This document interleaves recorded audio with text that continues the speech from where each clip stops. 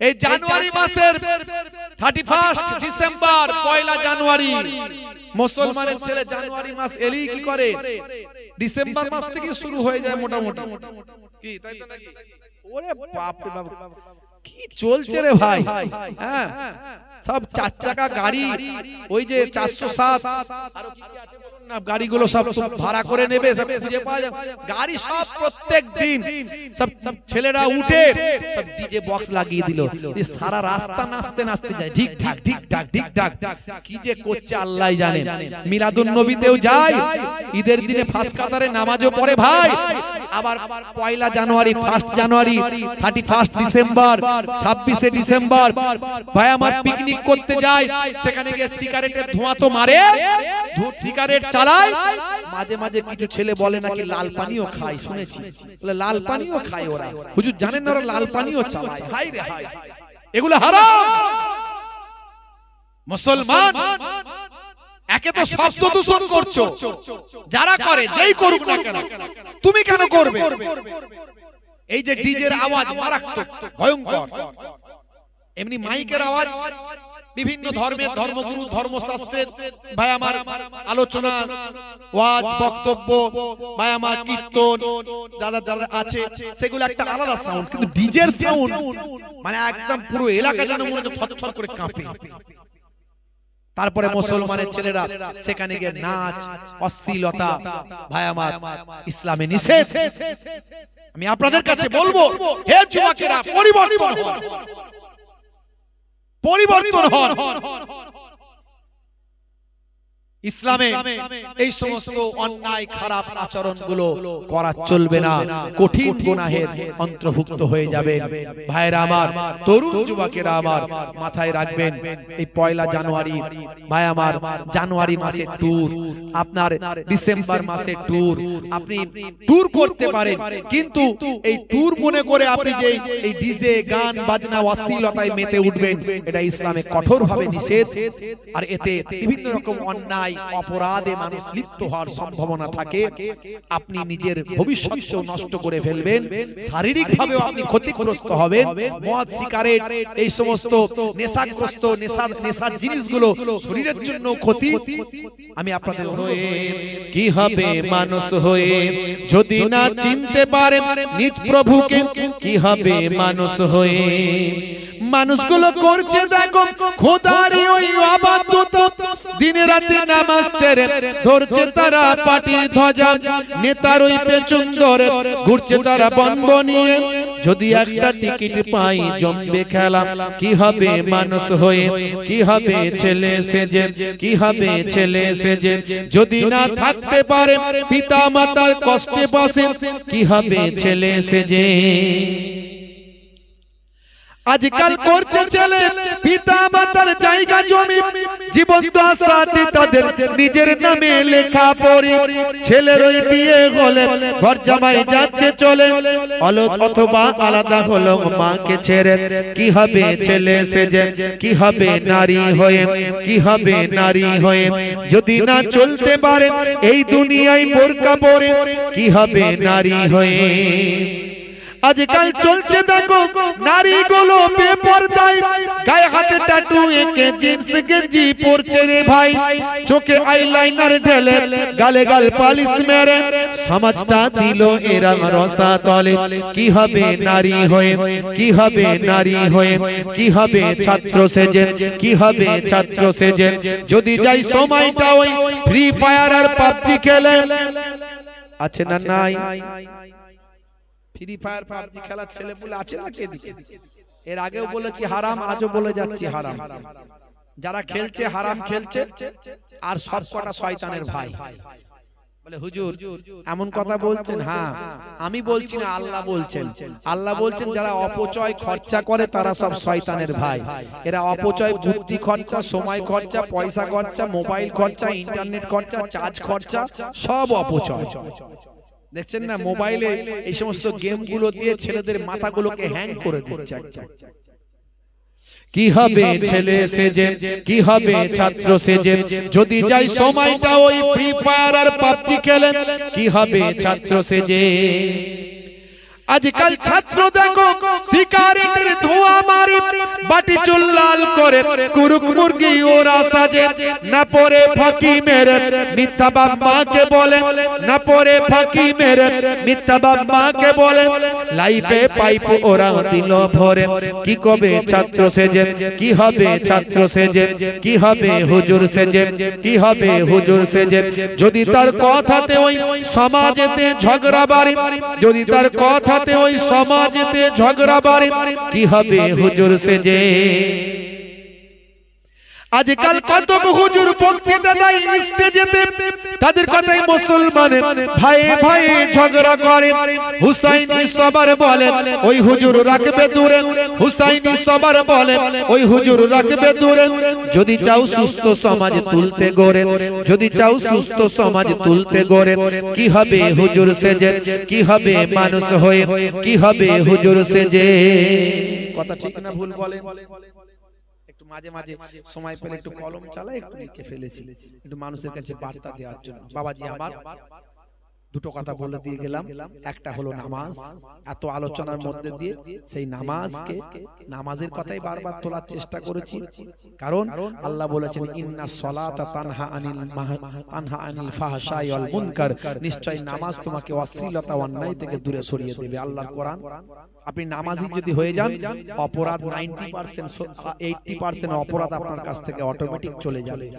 আপনার কাছে অপরাধ আসবে না নামাজি ব্যক্তির কাছে অপরাধ আসবে না এক্সেপশন ব্যতিক্রম একটা ঘটতে পারে সেটা ছেড়ে দিন ওটা বাদের খাতায় সব জায়গাতেই সব ধর্মে সব বর্ণে সব জায়গাতেই আছে বুঝতে পারছেন কিন্তু ম্যাক্সিমাম আপনি যদি নামাজি হয়ে যান অপরাধ আপনার কাছ থেকে সরে চলে যাবে আরেকটা জিনিস হলো এই যে বিরাট কোহলি হরভজন সিং লিওনেল মেসি এরা সব মুখে দাঁড়িয়ে রেখেছে দেখবেন এখন নেতা মন্ত্রী খেলোয়াড় প্লেয়ার এই গতকাল না পরশুদিন আমাদের ভারতের প্রাক্তন প্রধানমন্ত্রী মিস্টার মনমোহন সিং জি তিনি দেখবেন মুখে দাঁড়িয়ে রেখেছিলেন আর তিনি পরলোক গমন করেছেন তাই তো তিনি এই পৃথিবী ছেড়ে বিদায় নিয়েছেন একজন ভারতবর্ষের পপুলার প্রাইম মিনিস্টার ছিলেন যিনি কথা বলতেন কম কাজ করতেন বেশি যার সময় এত সাম্প্রদায়িক দাঙ্গা হাঙ্গামা মারপিট আপনি ইনভেস্টিগেশন করুন আপনি ভাই আমার যে সমস্ত অতীতের যে বায়োডাটা সেগুলো তুলে ধরুন দেখুন আপনি সার্চ করুন দেখবেন তার আমলে এত দাঙ্গা হাঙ্গামা এত সাম্প্রদায়িকতা এত খুন খারাপি তার আমলে ছিল না বুঝতে পারছেন তার আমলে জিডিপি কোথায় ছিল জিডিপি অনেক হাই লেভেলে ছিল মাননীয় প্রধানমন্ত্রী মিস্টার মনমোহন সিং জির আমলে জিডিপি অনেক হাই লেভেলে ছিল গরিবের হাতে পয়সা ছিল এখন গরিবের হাত ফাঁকা দেখুন চাকরি বাকরি কাজ কর্ম শুধু এই পশ্চিমবঙ্গ নয় সারা ভারতবর্ষের দিকে তাকিয়ে দেখুন পশ্চিমবঙ্গ তো আমরা অনেক তুলনামূলক ভালো আছি অন্য রাজ্যের থেকে যারা অন্য রাজ্যে খোঁজ খবর নেয় না তারা জানে না আমরা খোঁজ খবর পাই তো অন্যান্য রাজ্যে কি চলছে একটু খোঁজ নিয়ে দেখবেন কি হচ্ছে তবে বুঝতে পারবেন হ্যাঁ আজানের ভলিউম একটু জোরে হয়ে গেছে ইমাম সাহেবকে ধরে নিয়েছে 2 লক্ষ টাকা ফাইন করেছে আবার আমরা বড় বড় কথা বলি এখানে অত্যাচার হচ্ছে ওখানে অত্যাচার হচ্ছে বাংলাদেশে যে অত্যাচার হচ্ছে সেই অত্যাচারের আমরা তীব্র নিন্দা করি আর এই পশ্চিমবঙ্গে এই ভারতবর্ষে পশ্চিমবঙ্গের কথা তো আমরা শান্তি পশ্চিমবঙ্গ অনেক শান্ত আছে এই ভারতবর্ষে উত্তরপ্রদেশ এই যে মধ্যপ্রদেশ এই হরিয়ানায় যেগুলো হচ্ছে এর নিন্দা কে করবে যারা বাংলাদেশের সংখ্যালঘুদের জন্য গলা ফাটাচ্ছেন নিশ্চয় আমরাও সংখ্যালঘুদের নিরাপত্তার কথা বলি ইসলাম বলেছে সংখ্যাগুরু সম্প্রদায়কে হে সংখ্যাগুরু সম্প্রদায় সংখ্যালঘুদের নিরাপত্তা তোমাদের দিতে হবে সুনিশ্চিত করতে হবে এটাই ইসলামের আদর্শ বাংলাদেশের সংখ্যাগুরু সম্প্রদায়ের মানুষ যদি সংখ্যালঘুদের নিরাপত্তা সুনিশ্চিত করতে না পারে তার মানে বুঝতে হবে তারা ইসলামের আদর্শ মানে না এটা সত্য আমরা তার তীব্র নিন্দা করি কিন্তু মণিপুরে কি হচ্ছে সংখ্যালঘুদের তার ব্যাপারে কবার গলা ফাটিয়েছো বাংলাদেশের জন্য যতবার গলা ফাটাচ্ছো বাংলাদেশে একটা অন্য দেশ সে দেশের সরকার আছে গভর্নমেন্ট আছে কিন্তু আমার দেশের মণিপুর আমার দেশ তো এটা আমার রাজ্য আমার দেশের মধ্যে সেখানে শত শত ভাই আমার সংখ্যালঘু মানুষরা আজকে মারা যাচ্ছে তাদের ওখানে অত্যাচার চলছে জাতি বিদ্বেষ বর্ণবিদ্বেষ, দাঙ্গা, সেটা নিয়ে কতবার কথা বলছো? তার বেলায় নয়। কত মুসলমানদের জীবন চলে যাচ্ছে, গরুর গোশত খাওয়ার নাম করে মেরে ফেলা হচ্ছে, হত্যা করা হচ্ছে, যখন তখন ধর্মীয় স্লোগান দিয়ে অপমান করা হচ্ছে। তার বেলায় কতবার কথা বলছো? তার বেলায় নয়। ভাইরা আমার, তরুণ যুবকেরা আমার, খুব সাবধান, খুব সাবধান। এই সামনে ভোট আসছে, ভোটের আগে অনেক রকম গন্ডগোল লাগানোর চেষ্টা করবে। মাথা ঠান্ডা রাখবেন। আইন আছে, প্রশাসন আছে। আমার রাজ্যে এখনো আইনের শাসন চলে, এখনো পুলিশ প্রশাসন অনেক সজাগ, সহযোগিতা নেবেন। আইন আছে, বিচার আছে, কোর্ট আছে, যেখানে যা যাওয়ার। কিন্তু মাথা গরম কেউ করবেন না, অশান্তি থেকে দূরে থাকবেন। ভাইরা আমার, তরুণ যুবকেরা আমার, সেই মনমোহন সিংজির কথা বলছিলাম। মনমোহন সিংজি মুখে দাড়ি রেখেছিলেন, কথা ঠিক না ভুল?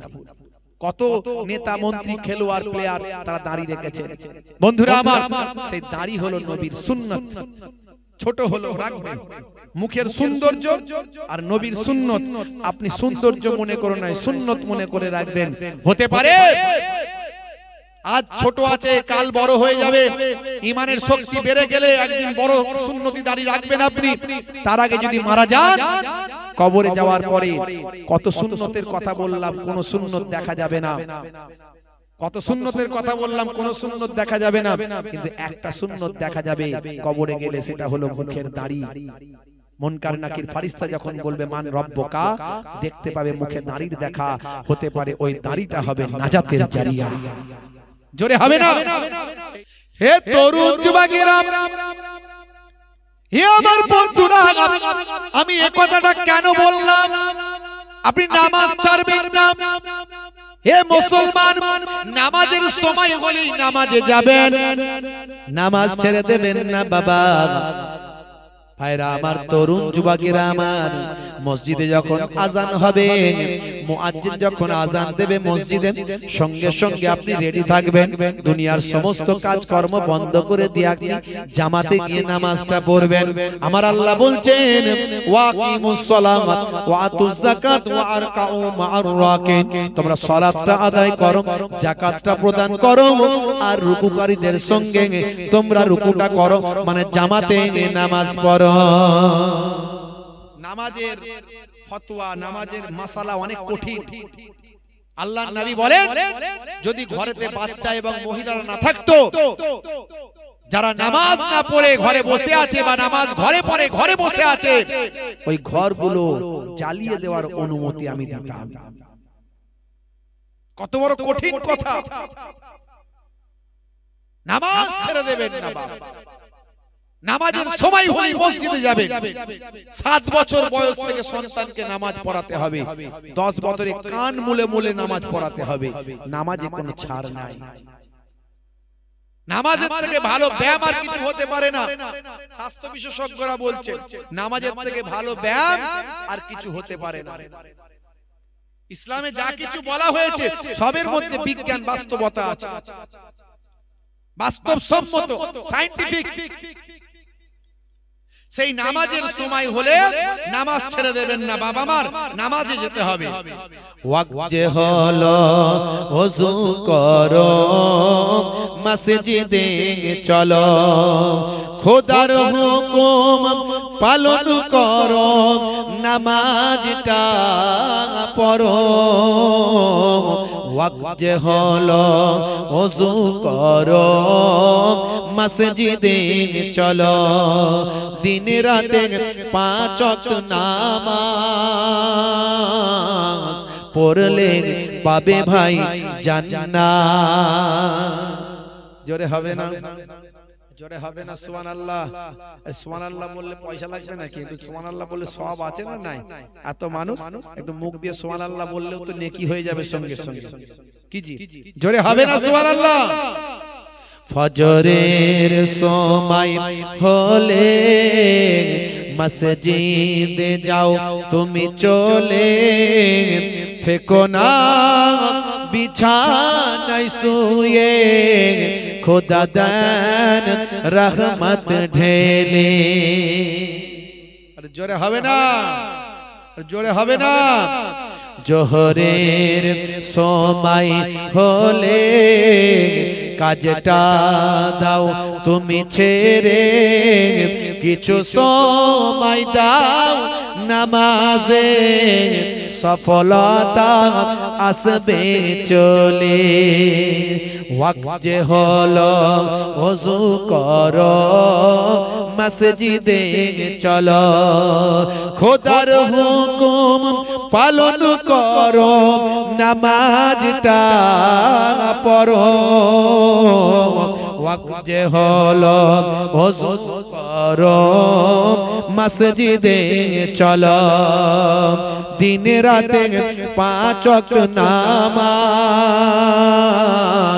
পড়লে পাবে ভাই জান্নাত জোরে হবে না আর জোরে হবে না মাগরিবের ওয়াক্ত আসিলে মসজিদে যাও তুমি চলে কবরে আযাব থেকে মুক্তি প্রভু দেবে এশার সময় হলে অবহেলা না তুমি করে নামাজে যাও তুমি চলে কবরে মুক্তি পাবে ওয়াক্ত যে হলো ওযু করো মসজিদে চলো খোদার হুকুম পালন করো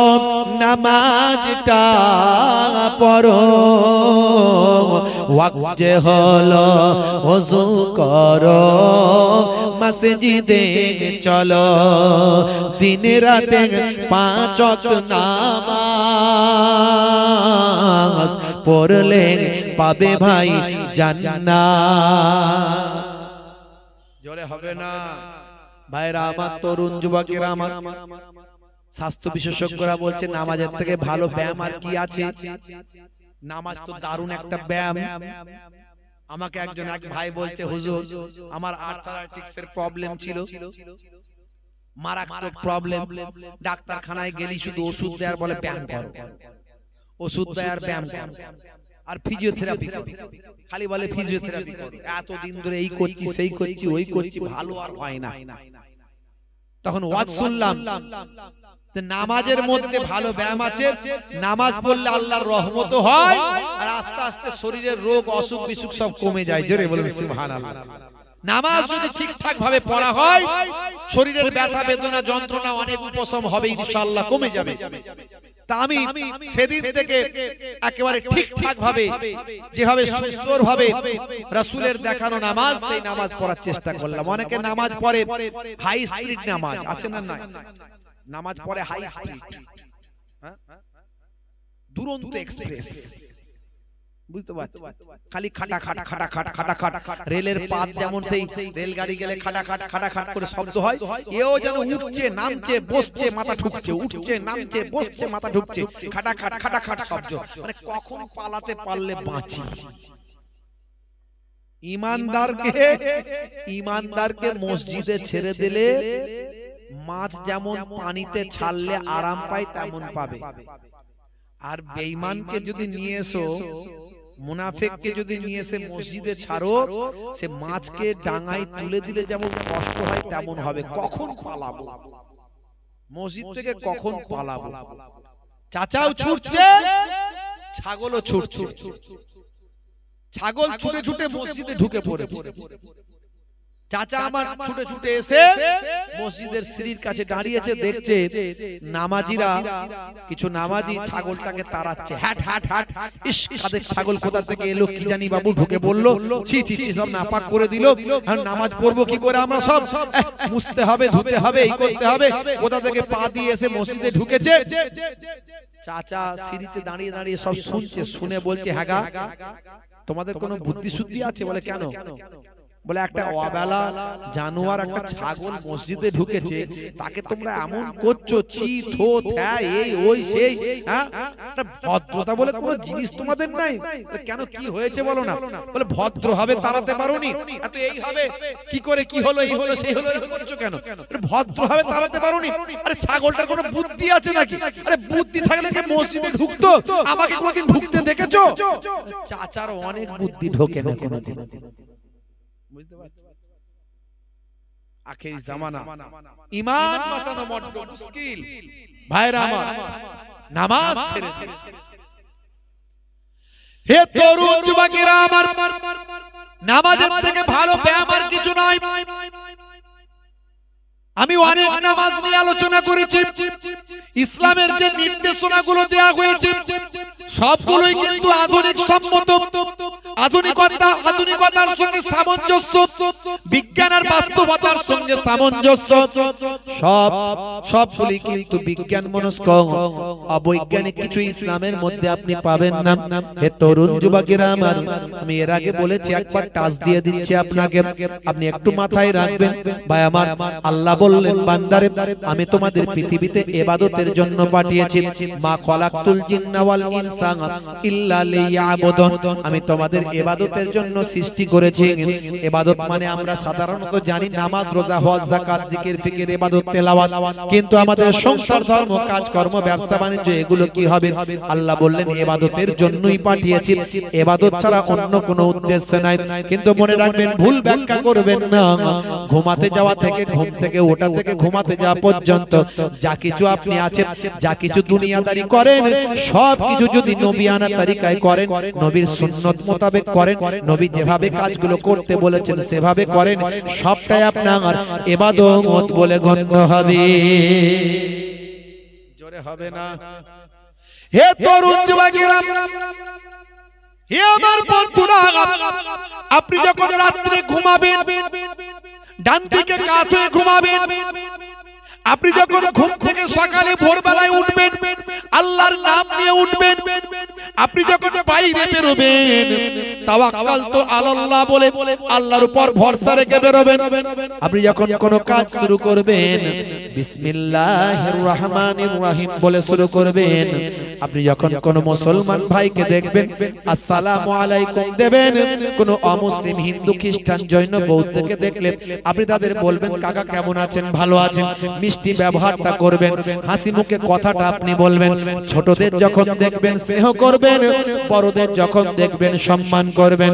পিতামাতার চেহারার দিকে আপনি তাকাবেন, শ্রদ্ধার সঙ্গে পিতামাতার চেহারার দিকে দেখবেন, পিতামাতার সেবা করবেন। যখন ডাক্তার দেখানো দরকার তখন দেখাবেন। পয়সা খরচা হবে বলে অনেকে বলে আর তোমার রোগ ভালো হবে না, বাম্মা কিছু বলতে পারে না, ছেলে ইনকাম করে, বলে আব্বা তোমার আর রোগ ভালো হবে না, তুমি ঘরেতে থাকো যতদিন বাঁচো বাঁচো। আর মনটা কত কষ্ট হয়ে যায়, সন্তান ইনকাম করে আর আমাকে ট্রিটমেন্ট করাতে হবে, পয়সা খরচা হবে বলে বলছে আর রোগ ভালো হবে না। অনেক নিজেরা খাওয়া দাওয়া করে, খুব ফুর্তি করে, ট্যুর করে, ঘুরে বেড়ায়।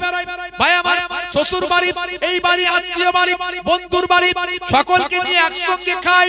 পুরো শ্বশুর শাশুড়ি বসে আছে, হাই রে হাই। হে তরুণ যুবকেরা, साले को मिले गोश्त रोटी, बाप को ना मिले सूखा, बीबी को लेके सिनेमा जाबे, माँ को बनाबे दासी, ये कली की ढंग देख के मेरा दिल में लगे हंसी। साला যখন আসে বৌমা তখন হাসে, ভাই এসেছে ভাই,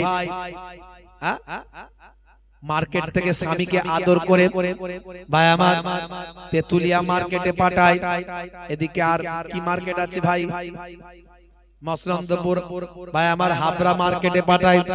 আমার ভাই আসছে তাই হাইব্রিড রসগোল্লা চাই, মিঠা দই আর টক দইটা এনো, কোনো অসুবিধা নাই, সঙ্গে একটা স্প্রাইটের বোতল আনো, কোনো তাতে সমস্যা নাই, ভালো হবে। তাই ভাই এসেছে ভাই, কেলিয়া কুপ্তা বিরিয়ানি টিকিয়া বানায়, আদর করে করে ভাইকে গুজে গুজে খাওয়ায়, তাতে আমি মোহেবুল্লাহ, আমার কোনো অসুবিধা নাই।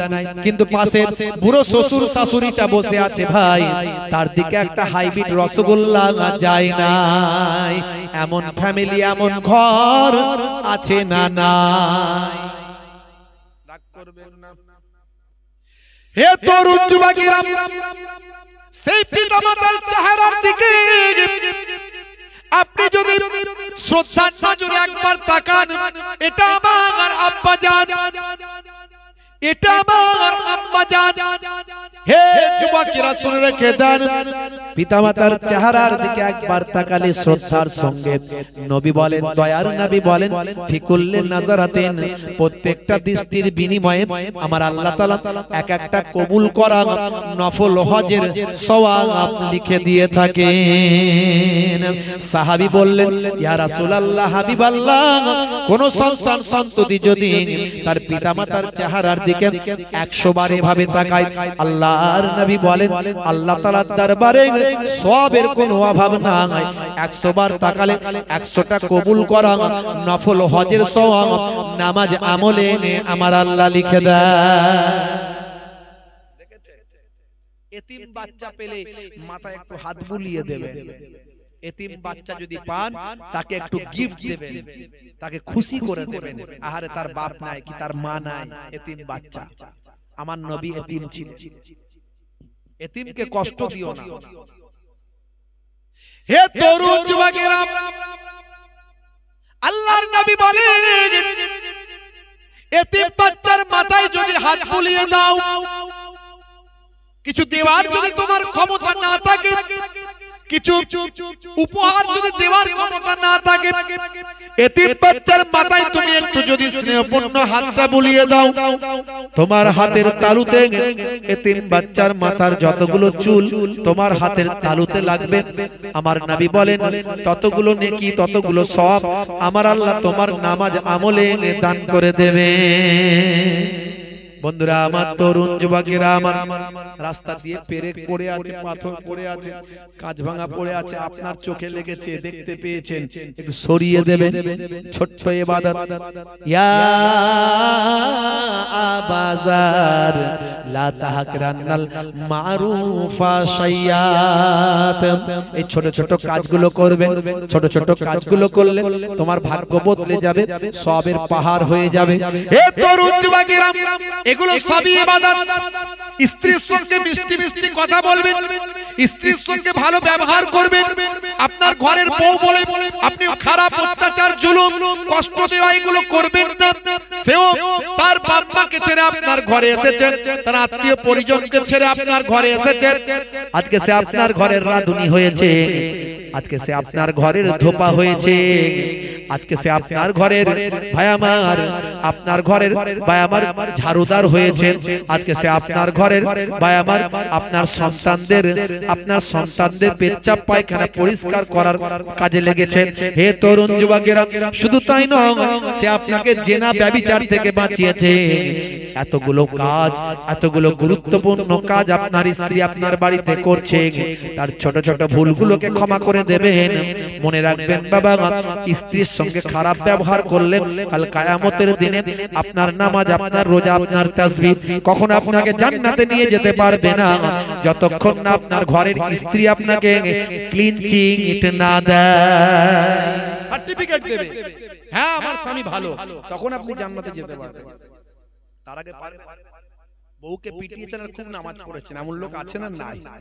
বউকে রাত দিন পেটাচ্ছে আর মসজিদে গিয়ে বসে আছে, খালি পিটি, ঘরে যখনই ঢুকছে বউকে পেটাচ্ছে, পিটিতে মসজিদে গিয়ে বসে বসে ভাবছে আল্লাহ আমাকে ডাইরেক্ট জান্নাত দিয়ে দেবে। মায়ের সঙ্গে বাপের সঙ্গে 535 নম্বরের মামলা, হাইকোর্টে লড়াই চলছে। আরে এইদিকে এত বড় দাড়ি নিয়ে বিরাট বড় আল্লাহর ওলি বান্দা ফেরেশতা সেজে ঘুরে বেড়াচ্ছে। ওরে কত বড় আল্লাহর ওলি, হাতে হাইব্রিড তসবিহ খাটাখাট গুনছে। ভালো করে খবর নিয়ে দেখো, বাপের সঙ্গে 535 নম্বরের মামলা। আমার নিজের চোখে দেখা লোক আছে। পৃথিবীর কোন মোল্লা মৌলবী যদি বলে দেয় যে হ্যাঁ বাপের সঙ্গে মামলা করে জান্নাতে যাওয়া যাবে, আমি তার গোলামি করব। আল্লাহর কোরআন হাদিস থেকে প্রমাণ করে দিক, আমি মহিলা হুসাইন তার গোলামি করব। কে শিখিয়েছে এইগুলো? এসব কথা কে শিখিয়েছে? ইসলামটাকে নিয়ে ছেলে খেলামি হচ্ছে, যা ইচ্ছা তাই করলেই হয়ে যাবে। আখিরি জামানা, ঈমান বাঁচানো বড্ড দায় বাবা মা।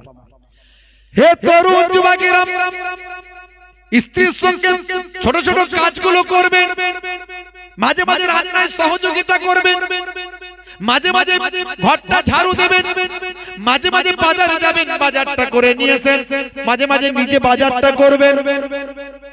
আপনি যত বড়ই কোটিপতি হন না কেন, নিজে হাতে বাজার করে বাজারটা যদি নিয়ে আসেন, মাঝে মাঝে যদি ঘরটা ঝাড়ু দেন, মাঝে মাঝে যদি স্ত্রীর সঙ্গে ছোট ছোট কাজগুলো আপনি করেন, হে তরুণ যুবকেরা, আপনার ছেঁড়া জামাটা ছিঁড়ে গেছে, সামান্য একটু ছিঁড়ে গেছে বলে অহংকারে জামাটাকে বাতিল করে দেবেন না, ওটাকে একটু সেলাই করে নিলেন, নিয়ে পরিষ্কার সুন্দর নতুন নিত্য জামাটা আছে, মাঝে মাঝে পরে ঘুরলেন, সব সময় না পরেন, মাঝে মাঝে পরবেন। হে তরুণ যুবকেরা, আমার নবী বলেন এটা এগুলো হলো সুন্নাত, এগুলো করলে সুন্নতের সওয়াব পাবে। আর যে বান্দা এই আচরণ করবে তার অহংকার তাকাব্বুরি থাকতে পারে না। থাকবে এরকম মানুষের অহংকার থাকবে? থাকবে না। অত সহজ না ইসলামের যে থিওরি, আপনি যদি বোঝেন, আপনার যদি মাথায় ঢোকে, আপনি অবাক হয়ে যাবেন। সত্যিকারের মানুষ বানিয়েছে ইসলাম, বড় বড় অথার পণ্ডিতেরা। আজকে আমার নবীর আশিক কেন? পৃথিবী বিখ্যাত বিখ্যাত ব্যক্তি ভাইরা আমার, টাইসন,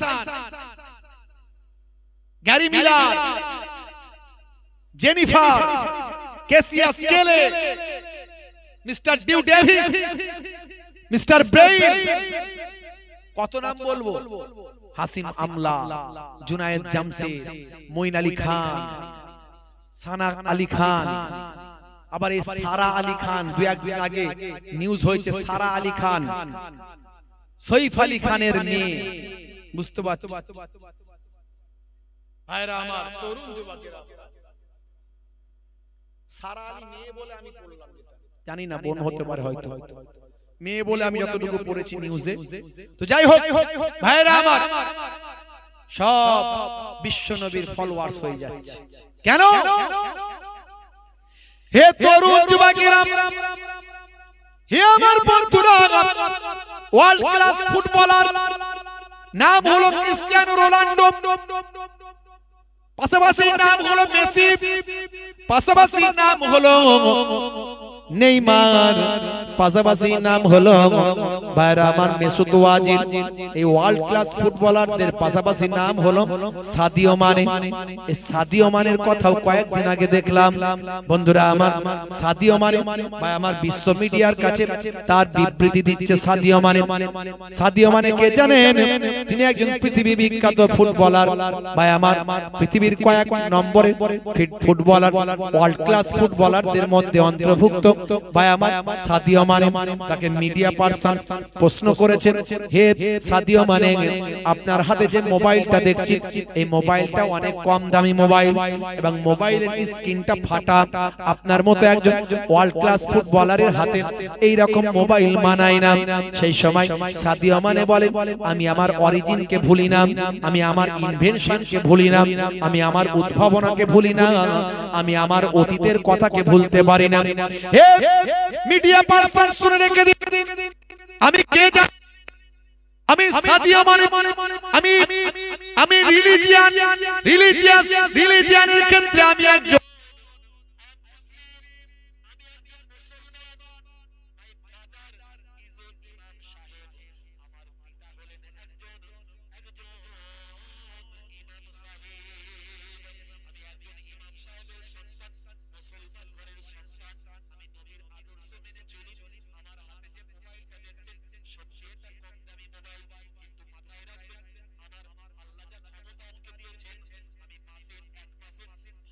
টাকা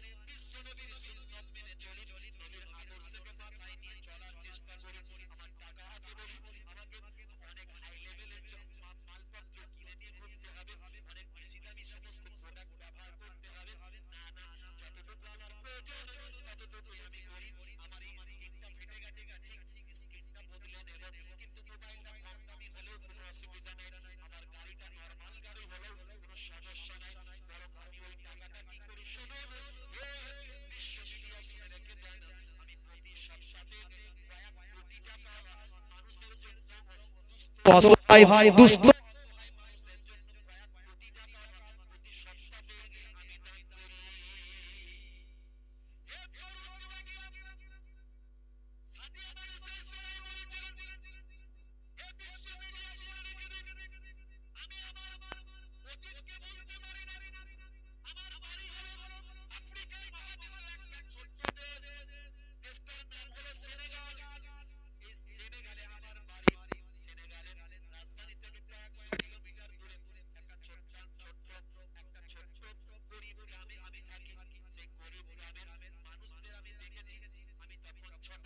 আমার দেশ তখন ফুটবলে চান্স পেয়েছে, তখন আমার দেশ গরিব দেশের মুখে হাসি ফুটেছিল যে গরিব দেশের মানুষেরা অনাহারে অর্থাহারে দিন কাটায়।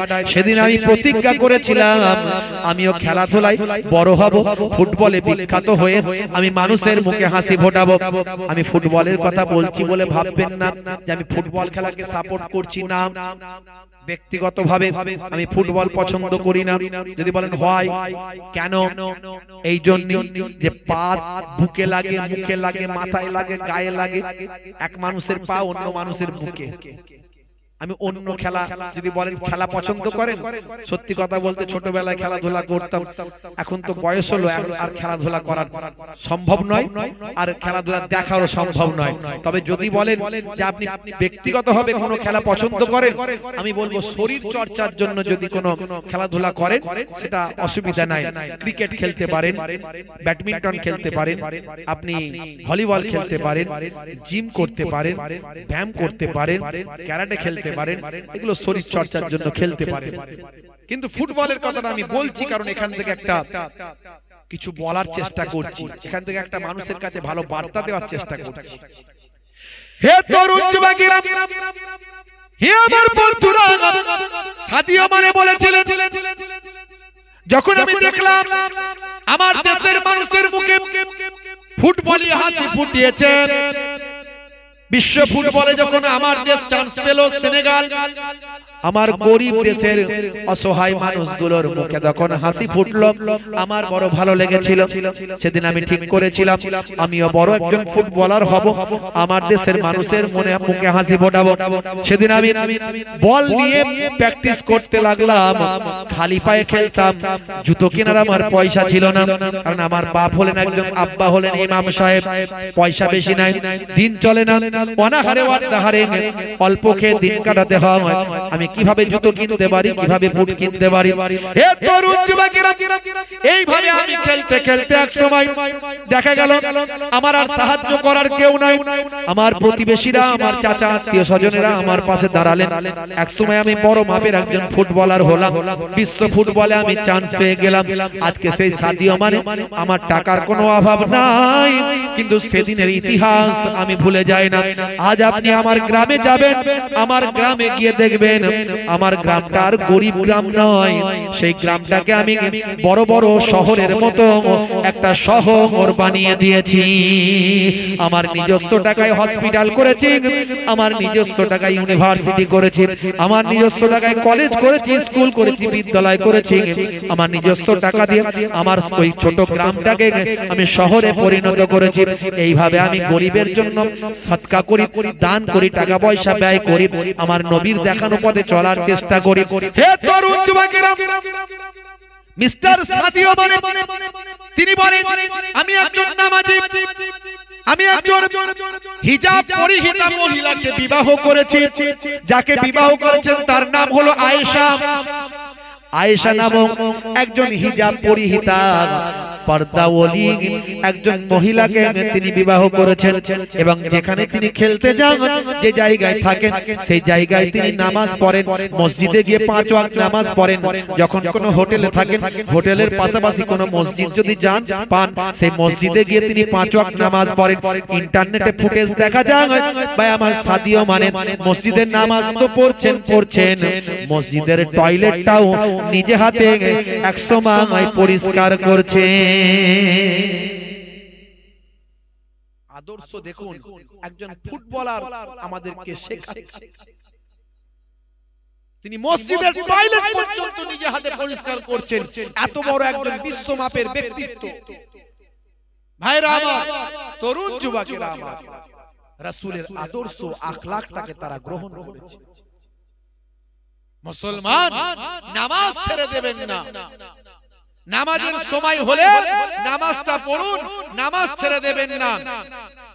নামাজ যদি ছেড়ে দেন আমাদের নবীর উম্মত হয়ে আর কি লাভ হলো? আমরা মানুষ হলাম, মানুষ হয়ে আমাদের কি লাভ?